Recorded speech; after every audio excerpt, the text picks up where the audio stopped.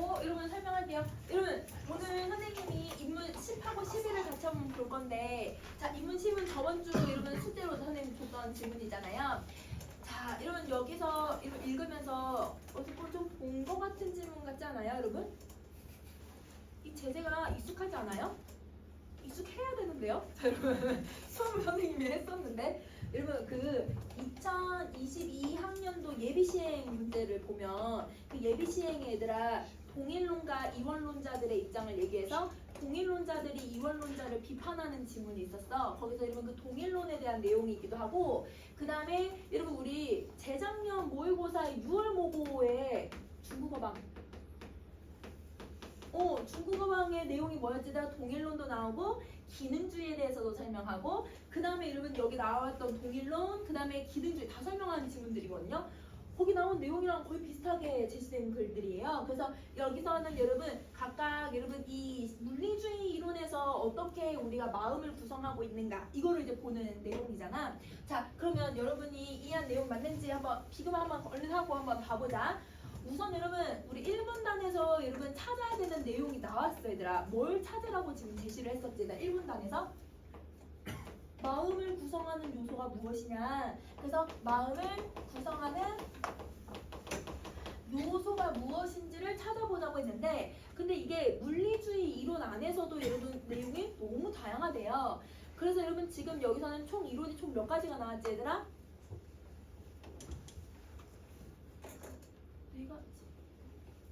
읽었지 얘들아? 자 여러분 4개가 나왔어 얘들아. 자 그러면 그 4가지의 내용들을 우리가 정리를 해봐야 되는 거야. 자 근데 이 4가지 모두 다 얘들아 다 어디에 포함되는 이론인 거예요? 물리주의 이론이야. 맞아. 그럼 물리주의 이론이 갖고 있는 특징이 뭐냐면 여러분 심리철학에서 여러분 이게 물리적 현상으로 마음을 설명한다는 건 공통점이야. 자 그리고 또 우리의 감정, 생각, 의식 모든 심적 사건을 뇌를 포함한 몸의 물리적 작용에 만들어내는 이미지에 불과하다라고 설명을 해. 그러면 여러분 지금 선생님 밑줄 그어놓은 부분이 바로 여러분 물리주의 이론이 갖고 있는 모든 공통점이라고 생각하면 되죠. 심적 사건은 그냥 물리적 사건의 이미지에 불과해 라고 설명을 하는 거야. 자 그러면 여러분 제일 먼저 마음을 구성하는 요소가 어떻게 다른지를 설명하기 위해서 첫 번째 유형 동일선에서는 여러분 얘는 여러분 뭐하고 뭐가 똑같다고 보는 입장이었어요 여러분? 심적 사건하고 물리적 사건이 똑같대. 그치?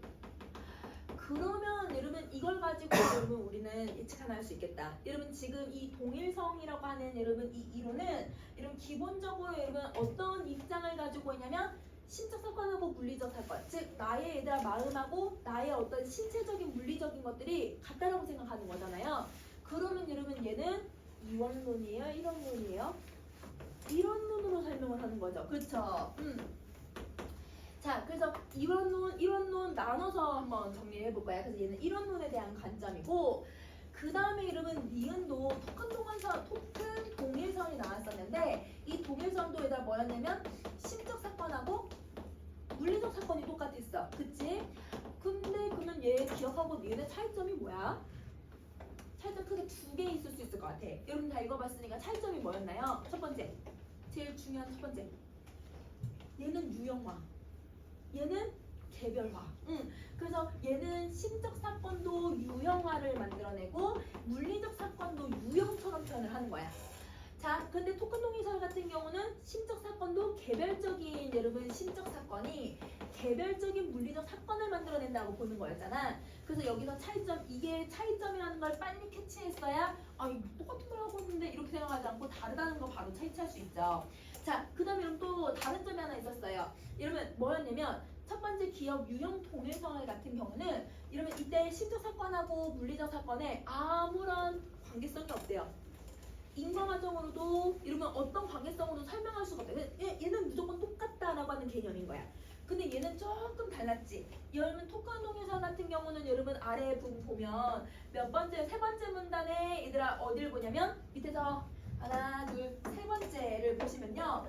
심적 사건은 물리적 사건에 뭐 한다 얘들아? 의존을 한대. 그러니까 의존하는 성격인 거야. 동일하지만. 그리고 이런 양상을 뭐라고 한다? 부수적인 속성으로 보겠다는 본다는 거야. 그러면 여러분 얘는 완전 똑같다고 보는 거고 얘는 얘한테 뭐 한다? 의존하고 부수성을 가지고 있는 동일성이라고 본다는 거예요. 자, 그래서 신적 사건은 물리적 사건에 수반되는 부산물일 뿐 전자에서 후자로 아무런 영향을 주지는 않아. 이건 똑같아. 여러분 서로 여기서 여기로 이렇게 영향을 주지는 않아. 그런데 얘는 부산물이라고 생각을 하고 있으니까 기본적으로 여러분 이 동일서에서는 이 신적 사건들에 대해서는 여러분 똑같이 물리적 사건과 동일한 개념이고 오히려 만약 비교를 한다면 니은 같은 경우는 얘가 훨씬 더 여러분 주된 입장이고 얘는 부수적인 거다 이렇게 본다는 거죠. 자, 그 다음에 여러분 기억니은 디귿은 아니지만 디귿 여러분 세 번째 내용이 뭐였냐면 기능주의에 대해서 설명을 했죠. 기능주의는 여러분 이 신적 사건하고 물리적 사건을 어떻게 정의를 내렸던 질문이야 얘들아. 얘는 뭐다? 우선 얘를 물리적 사건이랑 여러분 연결을 하면 기능주의에서는 얘하고 얘가 어떻다? 연관성이 없다. 다르다. 왜냐면 여러분 신체가 다 달라도 고통을 느끼는 건 다 똑같이 느낄 수 있다고 설명을 했잖아. 그치? 그래서 예시가 뭐가 나왔냐면 인간의 C 섬유 발화도 나왔고 그 다음에 얘들아 외계인의 Q 섬유 발화도 나왔고요. 그 다음에 여러분 또 인공지능에 대해서도 설명을 했어요. 각기 다 다른 신체랑 물리적 사건으로 이루어져 있어도 고통은 똑같이 느낄 수 있다고 얘기하는 거야. 그러면 고통을 똑같이 느끼는 조건이 뭐였냐면 그러면 신적 사건이라고 하는 건 뭘로 본다는 거지? 기능이 똑같다라고 본다는 거지. 그러면 이때 여러분 기능은 뭐와 뭐의 관계라고 했어 얘들아? 뭘 하면 뭐가 막 입력을 하면 출력이 되는 과정이라고 했거든. 그래서 얘는 이 기능은 입출력의 관계성을 가지고 있는 개념인 거예요.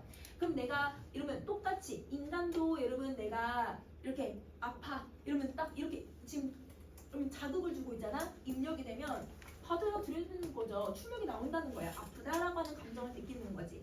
자, 근데 만약에 얘들아 외계인도 어떤 고통을 똑같이 입력이 되면 출력값 똑같이 나온다는 거야. 그러면 이거의 관계가 바로 기능이죠. 이거는 여러분 그 6월 모의고사 재작년 나왔던 여러분 그 6월 모의고사에도 똑같이 나왔던 질문 내용이에요.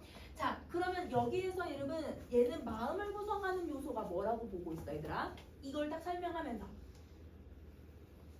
마음을 구성하는 요소가 두 글자로 있어 얘들아. 이 사람이 모듈화되어 있다는 거 모듈이라고 설명을 했거든. 그래서 여러분 기능주의에 지금 여러분 철학자가 누가 나왔었냐면 여러분 포도라고 하는 사람이 나왔잖아요. 이 사람은 여러분 이 마음을 구성하는 요소가 이런 모듈로 되어 있는 거라고 설명을 한 거고 토근동에서는 여러분 무엇이 마음을 구성하는 거예요 여러분? 물리적 사건이 신적 사건이랑 똑같으니까 이 물리적 사건이 얘들아 마음을 구성하는 거 아니야? 그래서 여러분 이 물리적 사건이 바로 여러분 신적 사건을 이룰 수 있게끔 만들어주는 거다. 어차피 똑같은 거니까 이것도 마찬가지지. 자, 그러면 기능주의는 여러분 이렇게 설명을 한 거야. 모듈이라고 하는 개념으로. 자, 그 다음에 여러분은 또 뭐에 대해서 설명을 했냐면 여러분 리을이 소거적 유물론이었죠. 자, 여러분 소거적 유물론은 여러분 신적 상태를 앞에 나와 있는 여러 가지의 개념들을 다 반박을 했어요. 어떤 개념으로 반박을 했냐면 신적 사건을 여러분 물리적 사건으로 설명하면 안 된다. 뭘로 해야 된다라고 얘는 얘기했지. 나 신적 사건을 사건이 아닌 물리적 용어로 대처해야 된다. 이렇게 얘기를 하잖아.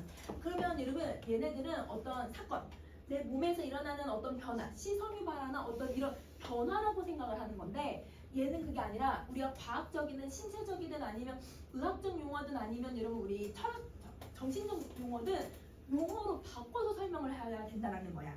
자, 그래서 여러분 이 개념 같은 경우는 예시가 뭐가 나왔냐면 나 지금 괴로와 같은 인간의 심적 사건에 대한 관찰 문장을 번역을 하려면 해석의 과정이 필요해요. 여러분 이게 배가 고파서 괴로운 건지 아니면 내가 얘들아 이별을 해서 괴로운 건지 아니면 여러분 내가 지금 짜증이 나서 괴로운 건지 이거는 모르는 거잖아요. 그러니까 이 괴로움을 파악하려면 상황적 맥락을 이해를 해야 돼. 그러니까 여러분 해석의 과정이 필요한데 그 과정에서 원래 의미는 근원적으로 변질될 수밖에 없어요. 그러니까 언어로 표현하기 조금 어렵다는 거죠. 자, 그래서 이처럼 부정확한 심리 용어들은 소거를 해버리고 정확한 신경과학적 용어로 다 대체해야 된다고 주장을 한다고 여기 예시가 나왔지. 그럼 만약에 배가 고파서 괴로워. 그러면 이거는 여러분 내가 어떤 신체적인 용어 어떤 변화로 설명할 수 있겠죠. 근데 여러분 내가 만약에 이별해서 괴로워, 그거는 여러분 내 정신적인 문제로 설명할 수 있겠죠. 그 용어를 다 바꿔서 설명해야 된다라고 하는 게 바로 소거적 유물론에 대한 내용인 거야. 그러니까 여러분 여기서는 내관에 대해서 설명을 했었는데, 여러분 앞에서도 내관을 인정을 했나요 안 했나요? 앞에서 내관을 인정하진 않았거든요. 이런 입장도 있었지만, 근데 내관 인정하지 않았고, 여기서도 내관을 통해서만 접근 가능하다고 봤던 경험들도 물리주의적 언어로 다 대체할 수 있다고 보는 게 바로 이 사람인 거야. 그러면 여러분 내관도 다 뭘로 바꿔야 된다? 물리적 용어로 봐야 된다. 이게 소거적 유물론인 거죠. 자, 그러면 여러분 이 다양한 관점들은 여러분 여러 가지를 여러분 이제 시도한 의의도 있지만 한계도 있다고 얘기를 했어. 그래서 여러분 이 지문을 선생님 왜 보자고 얘기를 했냐면, 여러분 여기서 각각 동일론과 기능주의에 대한 내용은 여러분 분명 여러분 재작년에도 나왔음에도 불구하고 다시 또 언급을 하고 있잖아요. 그러니까 여러분 반복되는 제재를 여러분 기출이랑 연결하면서 볼 수 있어야 된다. 요거 한번 정리하려고 정리했고, 자 그러면 이제 11번 지문을 한번 가볼까요? 여러분 아직 안 읽었지만 선생님이랑 같이 한번 읽으면서 정리 한번 해볼게요. 얘도 비슷한 내용이에요.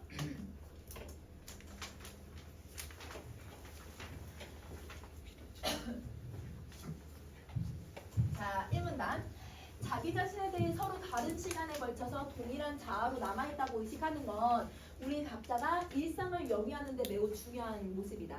그럼 여기서 설명하고자 하는 건 뭐냐면, 여러분 나의 모습이 동일한 자아를 가지고 있는 건지, 그러니까 1년 전의 나의 모습과 지금의 나의 모습이 동일한 존재인지를 보자는 거죠. 그래서 1분 전의 자아랑 현재의 자아가 동일하다고 하는 의식을 전제하지 않으면 우리는 큰 혼란에 빠지게 되는 거다. 여러분 나라고 하는 존재가 무엇일까라고 하는 것도 아직도 여러분 우리가 이 본질을 파악하지 못하는데, 근데 1분 전의 자아랑 지금의 자아랑 만약 다르다고 설명한다면 그러면 여러분 이건 나한테 너무 나라고 하는 존재를 이해할 수가 없는 거죠. 자 그래서 우리가 우리 자신이 서로 다른 시간에 걸쳐 동일한 자아로 남아있다는 걸 어떻게 할 수 있는 것일까? 그럼 여러분 지금 질문을 했거든? 그러면 다음에 나올 내용 제시가 되고 있지. 다음에 나올 내용이기도 하지만 여러분 찾아야 되는 내용이기도 해요. 여러분 뭘 찾으셔야 돼요? 어떻게? 라고 물어봤는데 그럼 뭘 찾지 얘들아? 방법을 찾을 거죠. 여러분 뭐에 대한 방법을 찾아야 돼요? 서로 다른 시간에 걸쳐 동일한 자아로 남아있다는 걸 확인하는 방법인 거죠. 그러면 이게 얘들아 동일한 자아인지 확인하는 방법을 찾아야 돼요.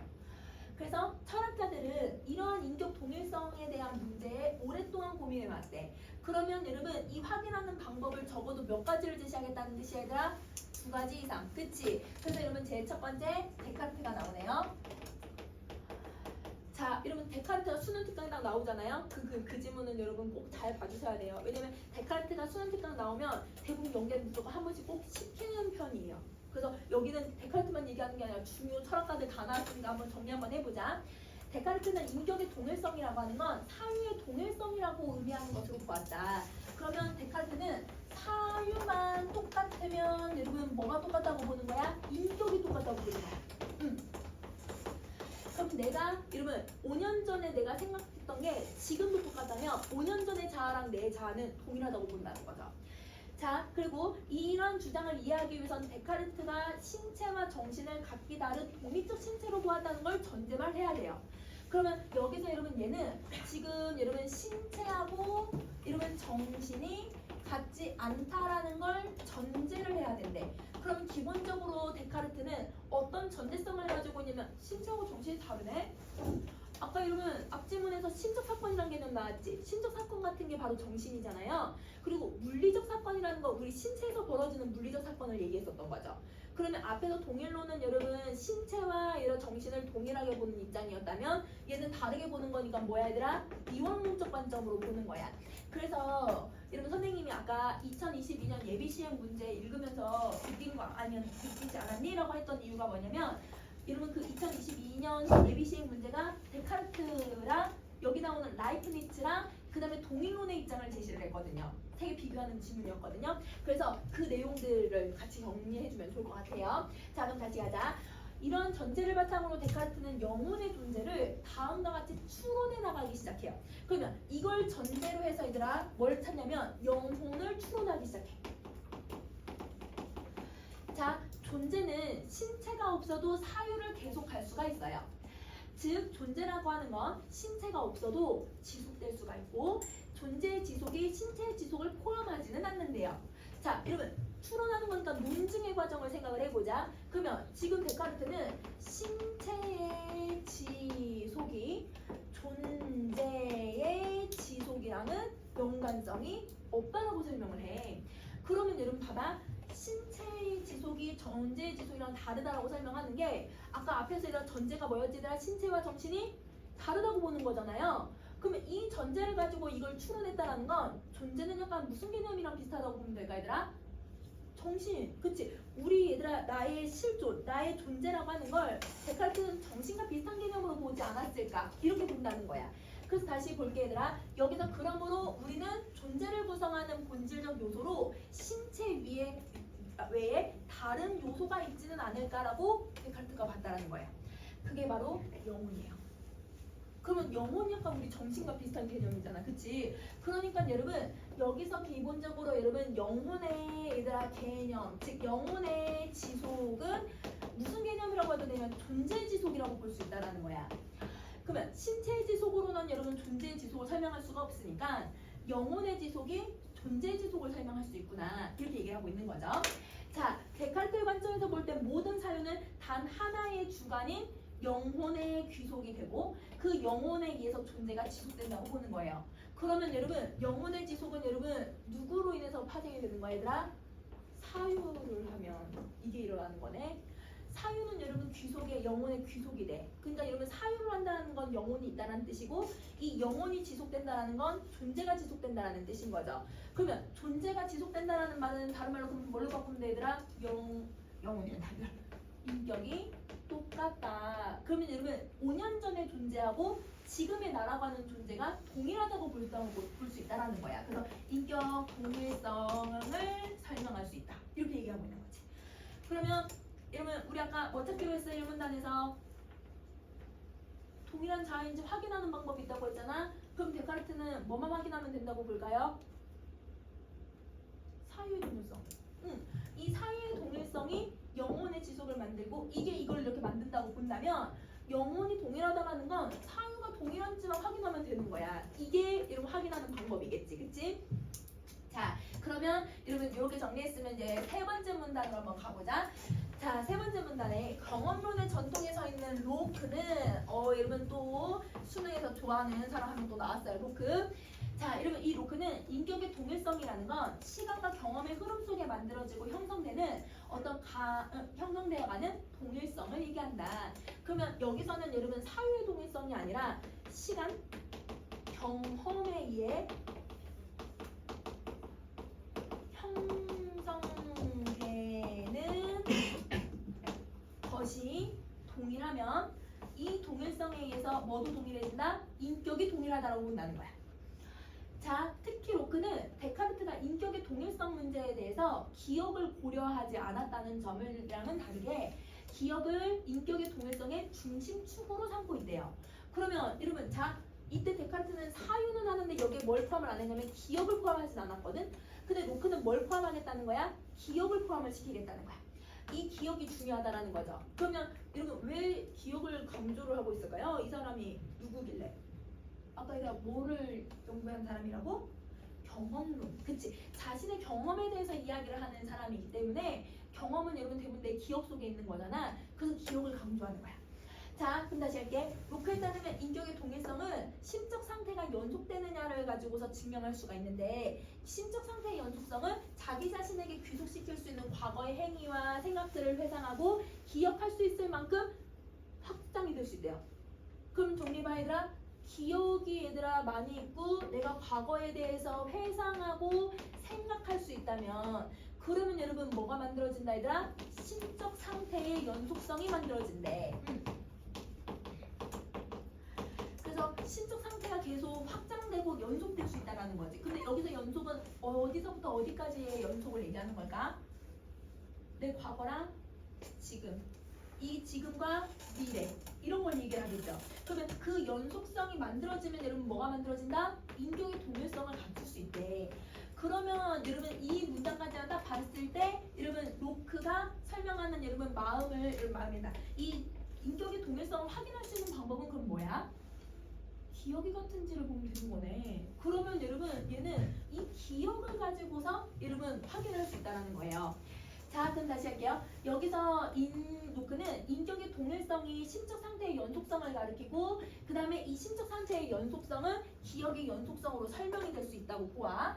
왕자의 의식이 구두 수성공의 신체에 이전되는 경우를 한번 상상해보라고 얘기를 했어요. 그래서 여러분 요즘 막 드라마나 여러분 웹툰이나 이런 데서 많이 나오는 여러분 약간 여러분 이 영혼이 바뀌는 이러면 신체 아니면 다른 사람으로 회귀해가지고 다른 사람이 되는 뭐 이런 이야기를 지금 제시를 하고 있는 거네. 자, 왕자의 의식이 이 왕자의 신체로부터 구두 수성공의 신체로 옮겨지더라도 즉 뭐가 달라 얘들아? 신체가 달라. 신체가 다르더라도 그 의식이 왕자로서 행했던 행동들과 사고했던 사유들의 내용들은 기억하는 한에서 그럼 여러분 왕자로서 행했던 행동은 여러분 경험을 얘기하고 있는 거고 이 사람이 생각했던 사유를 기억하는 거잖아요. 그러면 경험과 이 기억이 있는 한 왕자의 인격이 여러분 옮겨져도 동일하다고 본다는 거예요. 그러면 로크는 여러분 기억과 경험이 중요하다고 설명하고 있는 거네. 그치? 자, 그러면 이제 세 번째 여러분 라이프니츠를 갈게요. 자, 라이프니츠는 로크랑 마찬가지로 인격의 동일성이 심적 상태의 연속성이라고 설명한 건 공통점이야. 자, 심적 상태의 연속성이 과거의 행위나 사고를 단순히 기억하는 것에 의해서 증명되는 건 아니라고 주장을 해. 그러면 로크를 뭐 하고 있어 얘들아? 까고 있네요. 이러면 차이점이 생기죠. 자, 이 라이프니츠에 따르면 한 개인이 겪었던 과거의 특정 경험에 대해서 기억하지는 못하더라도 경험 과정에서 지각과 사유는 그 자신이 가지고 있는 현재 성격에 영향을 미칠 수 있다는 거야. 여러분은 몇 살 때의 기억이 최초의 기억이에요?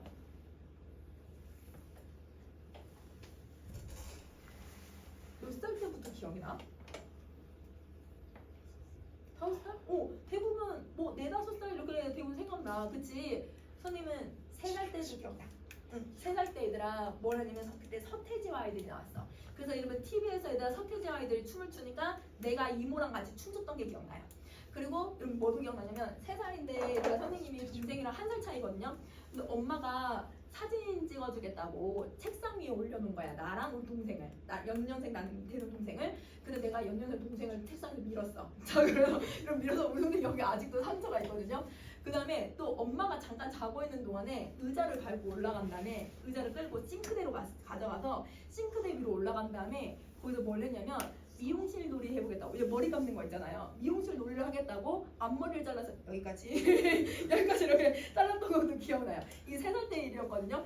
그 다음에 또 3살 때 또 무슨 일을 했냐면 다 사고 친 일밖에 없다 얘들아. 근데 이러면 또 뭘 했냐면 선생님이 얘들아 엄마가 에어로빅을 했었거든. 왜냐면 우리 동생 낳고 살 좀 빼겠다고 에어로빅을 했었대. 그건 나중에 이제 커서 들은 거고 에어로빅을 나를 데리고 가면 나를 얘들아 옛날에는 이제 바구니 같은 게 있어. 목욕탕 같은 데 가면 옛날엔 바구니로 줬거든. 지금 사물함 같은 거 말고 그럼 바구니에 나를 딱 앉혀놓고 내가 거기서 막 이러면서 춤추면 또 그게 아직도 기억이 나. 에어로빅 했던 거 그런 게 기억이 나요. 그럼 3살 때 기억이 나긴 나거든요.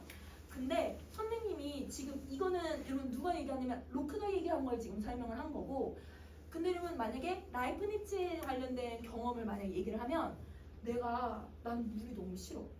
물 속에 들어가는 거 별로 안 좋아하거든. 왜냐면 우리 아빠도 얘들아 수영을 잘하고 동생들 물놀이 하는 거 너무 좋아해. 근데 나만 안 가. 나는 안 가고 그리고 우리 중학교 때 선생님이 얘들아 중학교 때 수영장이 있어서 학교에 그래서 수영을 매년 여러분 이제 실기로 보는 거예요. 근데 수영을 하면 여러분 내가 안 뜨는 거예요. 물 속에. 너무 무서워가지고. 나는 왜 이렇게 수영을 못할까? 왜 엄마한테 막 물어봤거든? 엄마가 옛날에 그것 때문에 그런가? 이렇게 하는 거야. 옛날에 뭐 있었는데 내가 4살 때 목욕탕에 엄마가 잠깐 한눈 파는 사이에 또 내가 가서 이러면 찬물 있잖아요. 냉탕에 들어갔나 봐요. 나 혼자. 근데 냉탕이 더 깊은 곳이었거든요. 옛날에는 여러분 냉탕에 할머니들 막 수영하는 곳이야. 그러면 그 냉탕에 빠져서 119가 왔을 때. 근데 나는 기억이 하나도 없거든 얘들아. 근데 그러면 내가 얘들아 119를 부를 정도면 여러분 좀 심각했다는 거잖아. 그래서 엄마가 그때 때문에 그런가? 막 이렇게 아주 되게 별일 아닌 것처럼 얘기를 하긴 했는데 그것 때문에 그런지 여러분 선생님 물에 들어가는 걸 별로 안 좋아해. 그러면 이거는 약간 무슨 개념이 얘들아? 나는 기억은 못하지만 무의식에 내가 경험했던 것에 어떤 잔재가 남아있을 수 있는 거잖아요. 그러면 이게 라이프니츠는 이걸 설명하는 거예요. 내가 기억하지 못하는 어떤 사건에 대해서 내가 경험은 해봤잖아요. 기억은 못하더라도 이 경험이 나의 뭘 만들어내고 있다는 거야? 성격을 만들고 나의 어떤 트라우마를 만들고 나의 존재성을 만들어낼 수 있다는 거예요. 그게 있으면 이런 뭘로 보자는 거야? 동일하다고 본다는 거야. 인격의 동일성이라고.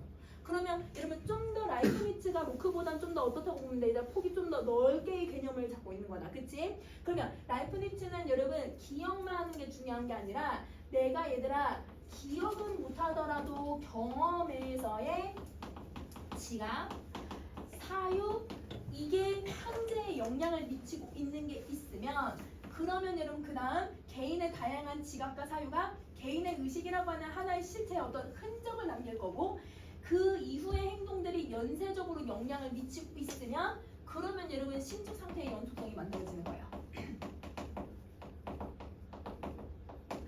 그러면 이런 신축 상태의 연속성을 설명했다는 건 여러분 이게 있다는 건 인격이 동일하다는 뜻인 거잖아. 그래서 이거는 여러분 로크랑 똑같은데 그러면 신축 상태의 연속성을 만드는 이 조건이 다르다는 거야. 그러면 여기서 여러분 이 라이프니츠는 어떤 걸로 여러분 우리가 인격 동일성을 확인할 수 있다고 보는 거야? 내가 기억을 못하더라도 여러분 나에게 계속 현재까지 영향을 주고 있는 경험에 대한 지각과 사유 이거 오는 거죠.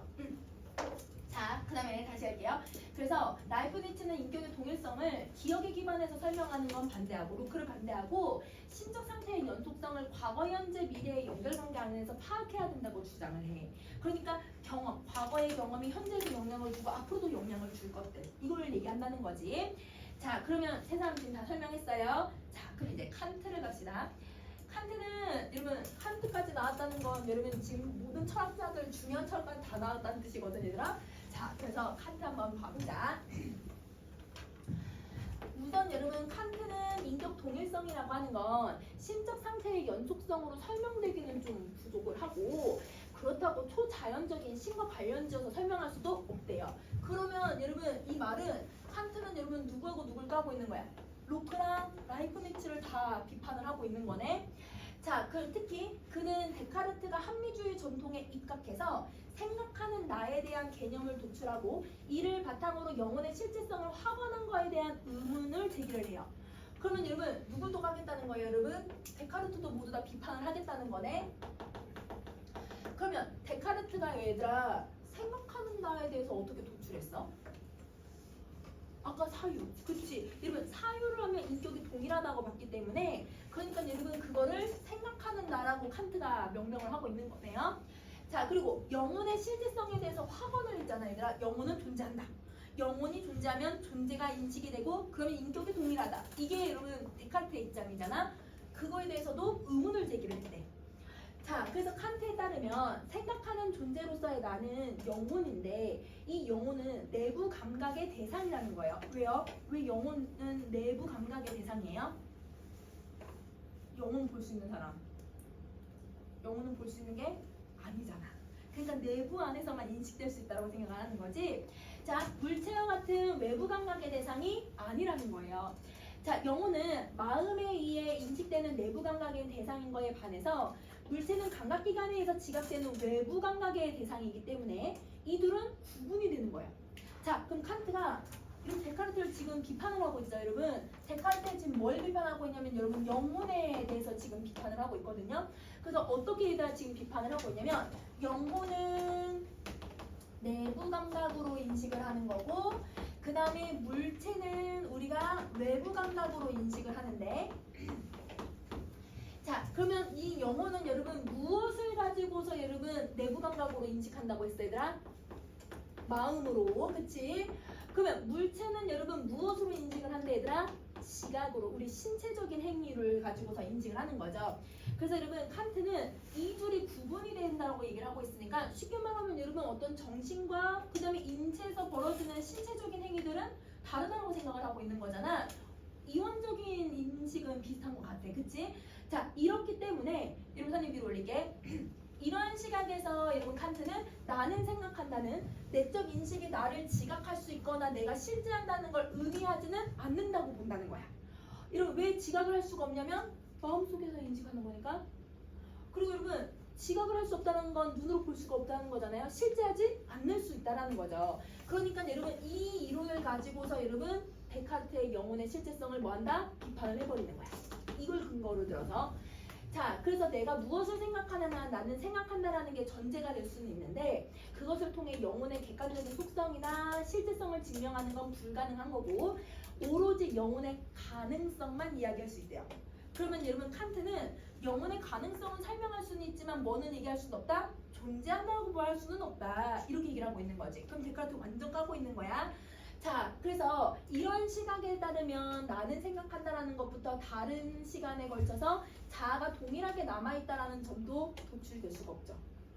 여러분 아까 데카르트는 여러분 사유하면 영혼이 갖고 영혼이 얘들아 존재성을 동일하게 만들고 그래야 인격을 만들어낸다고 했잖아. 근데 영혼의 존재를 설명할 수 없다면 그 도출 과정도 설명할 수 없다라고 주장을 하는 거야. 그러면 여기까지 계속 다 얘들아 누굴 까는 내용이었어요? 데카르트를 깠네요. 그러면 여기까지가 데카르트를 비판하는 내용이고 그렇다면 칸트는 인격의 동일성을 어떻게 설명했을까? 여기서부터가 칸트의 내용이야. 그러면 여러분 여기까지는 모두 다 데카르트를 얘기하고 있는 거고 이제부터 여러분 칸트의 내용이 나온다고 생각해주면 돼. 자 봐보자. 칸트는 우리가 스스로 동일한 인격성을 인식하는 건 사실 단 하나의 주관이 아니라 복수의 주관에 의해서 이루어지는 것이라고 보았다. 그럼 아까 이제 주관이란 말이 앞부분에 나오기도 했어요, 여러분. 그러면 여기서 주관이라고 하는 말은 여러분 뭐라고 생각을 해도 되냐면 내 주관성, 나라고 생각하면 되거든. 나를 몇 개로 설정하자는 거야, 얘들아? 복수로, 여러 개로. 자, 선행하는 주관에 의해서, 선행하는 나죠, 여러분. 선행하는 나에서 사유된 내용이 수행하는 주관에 온전히 전달이 되고 그 사유가 동일하게 나라고 하는 이름 안에서 다시 한번 또 사유가 된다면 그러면 복수의 주관으로 구성된 사유 주체가 이를 동일한 인격으로 마주한다라고 보아서 인격의 동일성을 설명할 수 있대요. 그러면 여러분 여기서 만약에 선행 주관이 있어요. 후행 주관이 있고요. 그러면 여러분 조금 이해하기 쉽게 그러면 여러분 선행 주관은 여러분 나의 과거의 모습이라고 생각하면 되겠네. 과거의 어떤 나의 모습일 거고 후행하는 주관은 나의 지금 현재 모습이라고 생각하면 좀 이해하기 쉽겠다. 선행 주관이 얘들 아까 뭘 했지? 사유를 했잖아요. 근데 그게 사유가 온전히 누구에게 전달이 되었대 얘들아? 후행 주관에 전달이 되었대. 그러면 후행 주관에 전달이 되고 그걸 여러분 나라고 하는 존재가 다시 한번 사유를 하면 그러면 내가 내 인격을 나의 또 다른 자아를 마주할 수 있는 거죠. 이 마주할 수 있는 전제는 여러분 지금 뭘 해야 되냐면 주관을 여러 개로 설정을 해야만 여러분 인격을 만날 수 있다고 가정을 하는 거예요. 그러면 칸트는 여러분 인격의 동일성을 설명하기 위해서 얘들아 뭘 어떻게 해야 된다고 설명하고 있는 거야? 복수의 주관을 설정하는 거. 근데 얘들아 복수의 주관만 설정하면 되는 게 아니라 전에 생각했던 사유가 그대로 또 연결되고 또 사유를 해야 되는 거. 그러면 사유를 해야 된다라고 하는 건 여러분 데카르트랑 비슷한 부분이기는 해. 근데 데카르트는 영혼을 가지고서 사유를 설명하고 있다면 이 사람은 그게 아니라 우리가 실제 했던 우리의 존재들 나라고 하는 또 다른 주관을 가지고서 설명하고 있다는 게 이게 차이점인 거예요. 그럼 왜 데카르트를 많이 비판했는지 알겠죠? 동일하게 사유를 설명하더라도 영혼으로 설명했냐 주관으로 설명하냐 이거의 차이점인 거야. 자, 그래서 이때 이러한 칸트에 대해서 후대학자인 스트롱스라고 하는 사람은 새로운 사람 심적 상태의 연속성에 기반한 인격의 동일성이란 구체적인 시공간을 살아가는 주체의 경험적 인식에 도출된 것이기 때문에 충분히 인정받을 만하대요. 그러면 여러분 스트롱스는 여러분 누구의 일장이랑 비슷한 사람이라고 생각하면 돼? 심적 상태의 연속성의 경험까지 얘기했으니까 루크 아니야 얘들아? 그러면 여러분 얘는 로크의 입장이랑 비슷한 거고 근데 여러분 또 심적 상태의 연속성에 대해서 설명을 하고 있으니까 누구랑도 비슷하다고 봐도 돼? 라이프니츠랑도 비슷하다고 봐도 되지. 라이프니츠도 경험에 대해서 얘기를 했으니까. 자, 그래서 여러분 이 스트롱스는 심적 상태의 연속성을 계속 설명을 하는 사람인 거예요. 그러니까 여러분 아까 칸트가 맨 처음에 라이프니츠랑 로크를 모두 다 심적 상태의 연속성으로 설명 안 돼. 이렇게 비판을 했잖아. 그거에 반박 인식을 제시하고 복수의 주권을 상정하는 칸트의 견해는 철학적 상상에 불과하다. 왜냐면 여러분 여기 또 다른 나라고 하는 자아를 또 설정하고 또 다른 자아를 설정하는 건 상상에 불과한 거다. 이렇게 비판을 또 하고 있다라는 거야. 그러면 여러분 이 지문은 총 여러분 4명의 철학가들의 입장이 나오고 마지막으로 여러분 칸트를 비판하는 사람까지 한 명 더 나와서 5명의 철학가가 나오고 있는 거예요. 그러면 이때는 여러분 철학가들을 비교하는 거 잘 해야겠지? 자 그러면 여러분 철학가들에 대한 내용들은 여러분 우리 문제는 여러분 다음 주에 풀 내용이기 때문에 여러분 다음 주에 한번 풀어보시고요. 지문은 선생님이 앞에 10번하고 11번 좀 비슷하게 기출에 나왔던 지문이라서 같이 한번 봤어 얘들아. 자 그러면 여러분 선생님이 또 하나 더 읽어오라고 했었던 게 있었지. 285쪽 하세요.